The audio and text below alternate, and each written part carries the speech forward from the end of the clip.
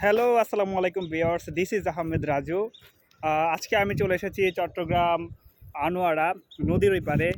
এখানে যে প্রাকৃতিক দৃশ্য তা উপভোগ করতে আসলে গ্রামের একটা আবহাওয়া বা পরিবেশ শহরে কিন্তু পরিপূর্ণভাবে পাওয়া যায় না। তাই গ্রামের পরিপূর্ণ সতেজ নেওয়ার জন্য এই নদীর এপারে চলে এসেছি।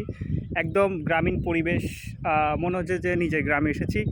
এখানে ভিউয়ার্স আপনারা দেখতে পারবেন একদম চাষিরা চাষ করছে। দেখুন দেখুন কি সুন্দর বরবটি চাষ করা হয়েছে। একদম প্রান্তিক খামারিরা এখানে চাষ করেছে। তারপর কিছুদিন আগেও এই জায়গাটাতে আপনার শিম চাষ করা হয়েছে। আমার পিছে দেখতেছেন অনেকগুলো শিম গাছ, ওটা চাষ করা হয়েছে। তারপর আমি যদি দেখাই, এদিকে দেখবেন যে খামার, অনেক বড় একটা খামার আছে। ওইখানের ভিতর এখান থেকে বেশিরভাগ দুধ জাতীয় জিনিসগুলো শহরের দিকে যায়।